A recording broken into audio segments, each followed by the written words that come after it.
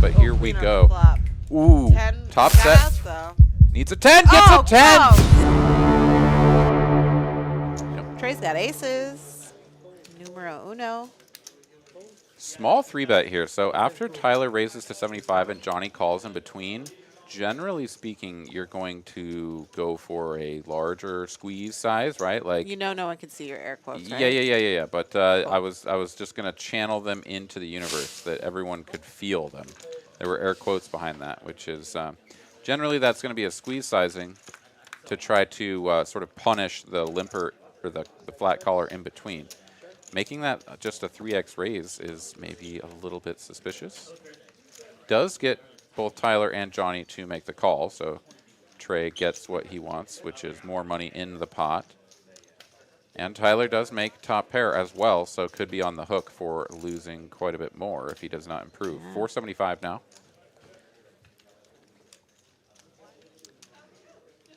No sense in raising, so Tyler will make the call. And Johnny does have bottom pair, backdoor clubs, backdoor straight draw. All the backdoors. He's going to come on. Also, when you have the 8, when there's a bet and a raise, or a bet and a call in front of you, like your opponents just like never have the 8. So yes, it's only 2 outs, but you usually are going to have like 2 immediate outs that are going to make your hand best. You can just be like dead to a set, but like if you hit an 8, a lot of the time you're going to be up against a 1-pair hand, and now you've just seized the lead. And it's also a little bit disguised because like what are you doing in there with bottom pair, right? Absolutely. So having the 2 backdoors to go with that, I mean, there's enough implied odds to think about making this call, so I don't hate it. Johnny is in there. Checky over to Trey. 5 of diamonds on the turn, and he should be going for a large size here, 1,500 thereabouts, would be my guess.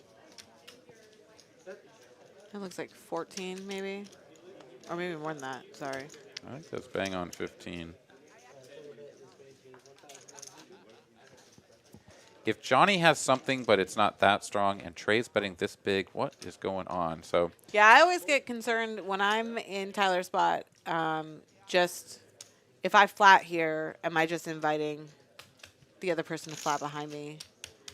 Well, you know, if they flat behind you, then that you're definitely not losing to them.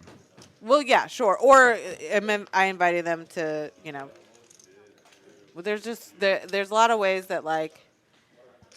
If they're on a draw that they would otherwise fold, but now they're priced in, things like that. I don't imagine that they're going to just flat behind me with a better made hand. Yeah, not usually going to happen. Okay, so Tyler is going to check call the turn. And checks the river, 4.6K, the effective jam here from Trey after being checked to once again.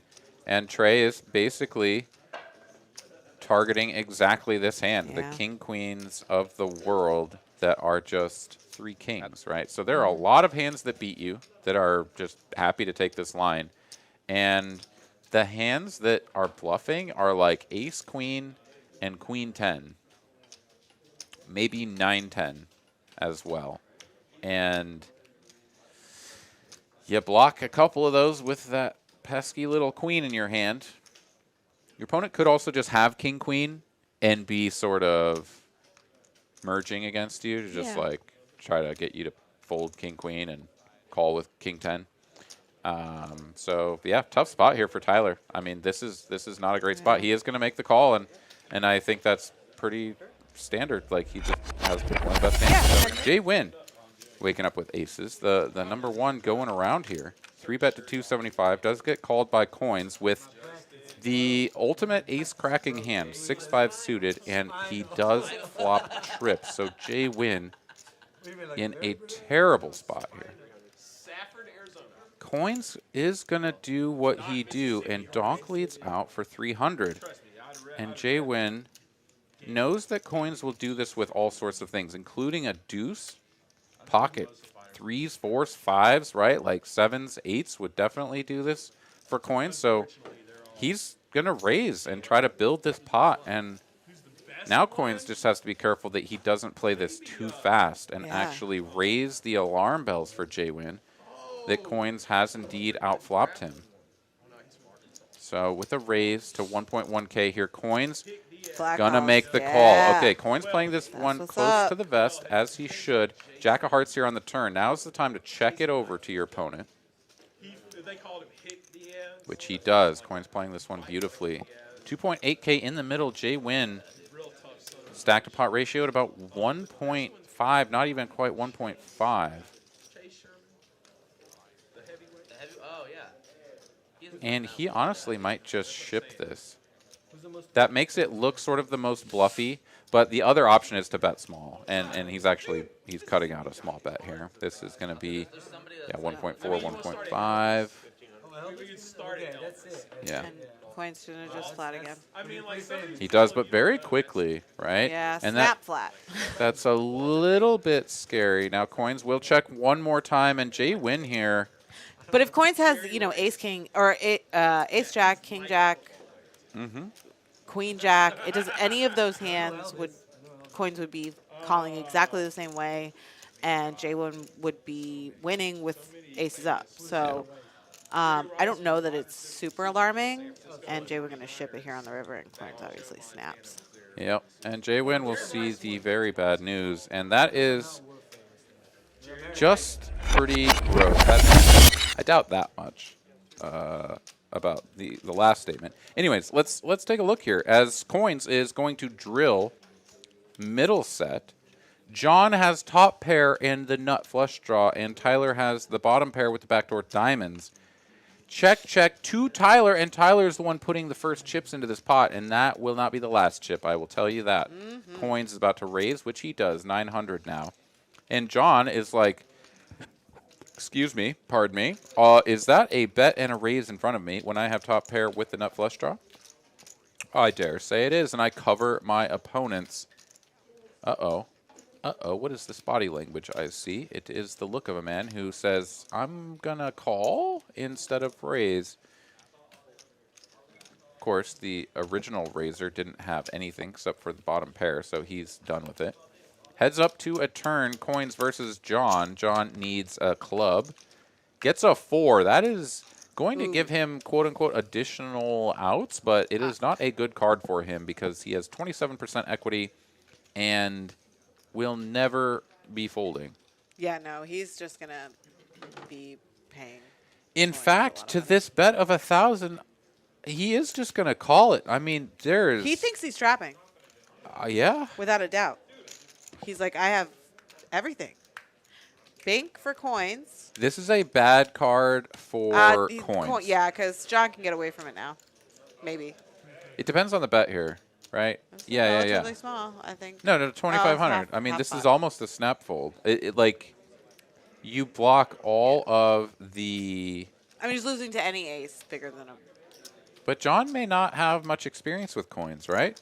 If John is like, I just sat down at 5, 10, 25, to be fair, Coins and like, could be betting just an ace with no kicker here too. So it's like one of those things that. But no kicker, it's got to be less than a 9. Is going to pay it off. He is going to pay it off, and Coins will drag a whole heap and pile of pink chips. Nice hand, Coins. Nice. Tyler has an opening hand. He's got ace-king suited. He'll do it from the button. And Trey has queens. The classic matchup. Yeah, chippies are going in. Look at that equity advantage per the stream, though. That's because we've seen probably a queen or two, be yeah. folded, which is going to skew those numbers. Of course, if this was just like, forget about what we know and just run them up against each other, it is I like to see those percentages based on, like, theoretical. Yeah, equities. I mean, well, so, but we can all kind of. I mean, I like to see it based on, like, the player's perspective at the table, not knowing anything. Anyways, this is button versus straddle spot. So this is basically button versus blind.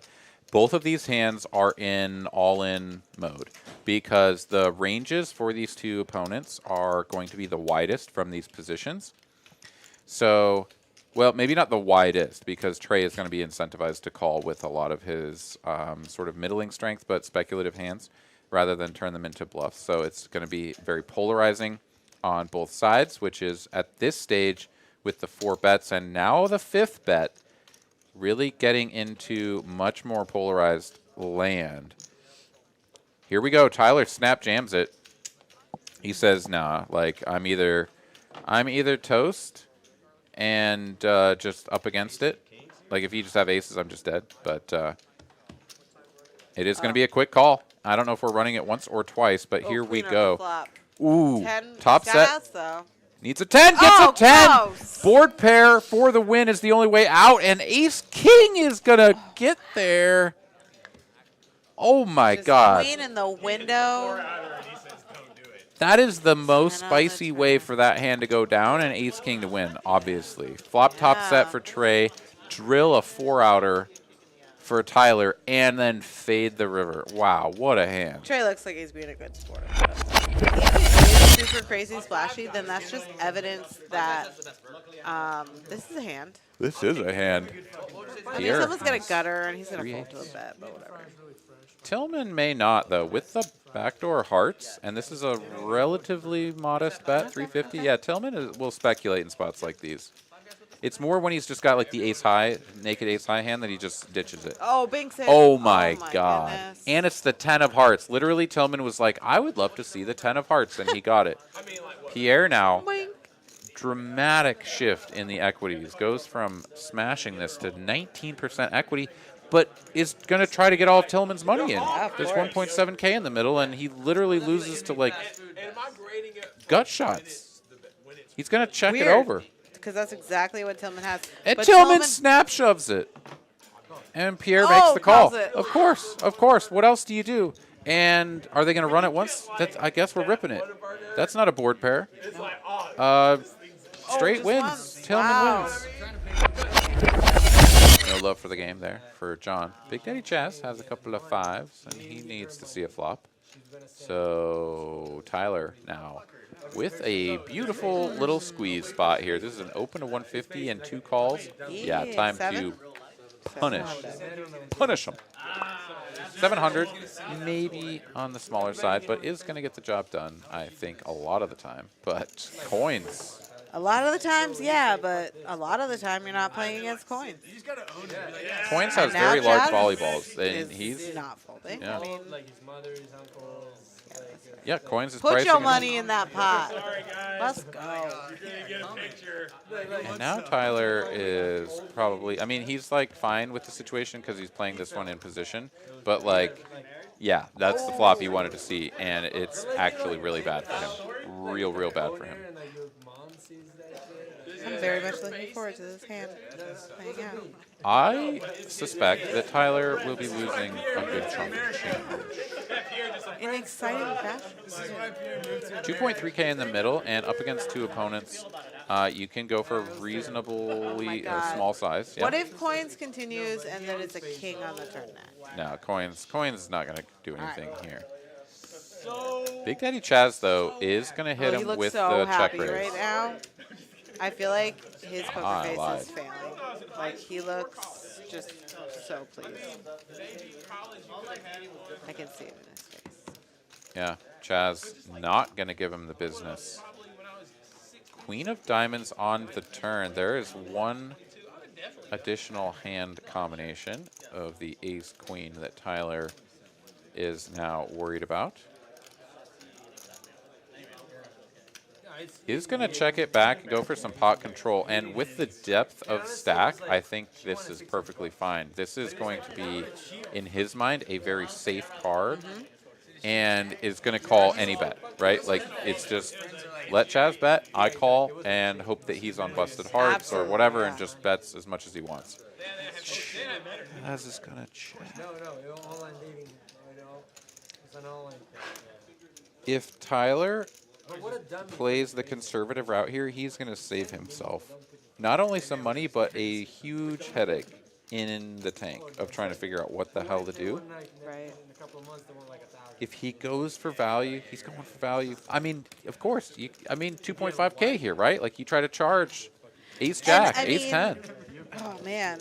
And this is the thing, though. If you're going to play at these stakes, if you're going to play with opponents that are going to hit you with these sort of giant check raises on the river after playing passively all the way down, right? Like, if you're going to put yourself into these scenarios, you've got to be ready to make decisions in these spots. When you go thin value, get raised. Like, what am I going to do? How am I going to handle that? What is that going to do to my psyche? And let's see how prepared Tyler is for this. And yeah, it looks to me like the 6.5 might not quite be coming out. This is more like 5.7. 5.9 or something. 5.9, 5.8. 5.8. Yeah. Split the difference. Making this just a little bit more reasonable for a call. 3.6K to win 15.6. I mean, this just looks like such a good price. If Big Daddy Chaz is on like busted hearts, right? Why would he bet this small? I think he has but to call. he has to call. And that's a big one. It's a big one for Big Daddy Chaz. Yes, indeed. Look at Big Daddy Chaz up over the 25K mark. If you enjoyed this video, how about you watch another right now? Go ahead.